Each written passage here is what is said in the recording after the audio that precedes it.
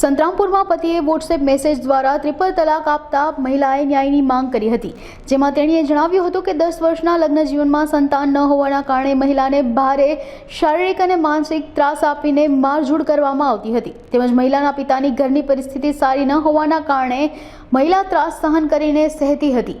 ત્યારે અચાનક મહિલાને વોટ્સએપ પર 3 વાર પતિ દ્વારા તલાક આપી દેવામાં આવ્યા હતા, જેથી લુણાવાડા મહિલા પોલીસ મથકે મહિલાએ પતિ વિરુદ્ધ ફરિયાદ નોંધાવી હતી। ત્યારે આરોપી પતિને મહિલા પોલીસ મથકમાંથી જામીન આપી દેવામાં આવ્યા હતા। સાથે જ નાયબ જિલ્લા પોલીસ વડા દ્વારા જામીન કેવી રીતે આપ્યા તેની તપાસ શરૂ કરવામાં આવી હતી। આ ઉપરાંત મહિલાને ન્યાય ન મળતા રાષ્ટ્રપતિ પાસે ઈચ્છા મૃત્યુની લેખિતમાં માંગ કરી હતી। સંતરામપુરમાં રહેવાવાળી છોકરી છું। મારા લગ્ન 9 વર્ષ થયા છે। મને મારા 9 વર્ષ પછી માનસિક અને શારીરિક ત્રાસ આપીને મારા હસબન્ડે મને તલાક આપી દીધા છે। મને સંતાન ના પ્રાપ્ત થવા માટે એને તલાક આપી દીધા છે। મેં લુણાવાડા મહિલા પોલીસ સ્ટેશનના અંદર ફરિયાદ આપી હતી। આજે 6 મહિના થઈ ગયા છે। એને FIR કરી છે, તો બી એને FIR થતાં છતાં બી એને મને પૂછ્યા વગર એમને જામીન મળી ગયા છે। 7C ને હેઠળ એને જામીન મળી શકતા જ નથી। એને મારે પૂછે, મને મેજિસ્ટ્રેટ મને પૂછે પછી હું કઈ કરશું કે પછી એને મળી શકે જામીન। એ સિવાય જામીન ના મળી શકે જામીન, છતાંય પોલીસે જામીન આપી દીધો। જામીન આપી। મેં રજૂઆતો કરી, મેં દૂર તક બધે રજૂઆતો કરી છે અને રાષ્ટ્રપતિ સાથે સામે આપીને ઈચ્છા મૃત્યુની માંગ કરી છે। મેં અપીલ કરી છે।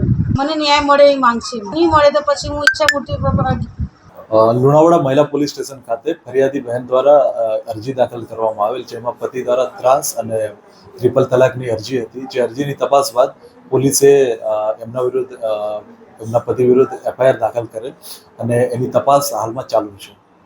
ટ્રિપલ તલાક કાયદા અંતર્ગત આજે જામીન આપતા પહેલા એમને મેજિસ્ટ્રેટ સામે રજૂ કરવાના હોય છે અને જે ફરિયાદી બહેન કે એમના કુટુંબી ફરિયાદી બહેનને સાંભળવાના હોય છે।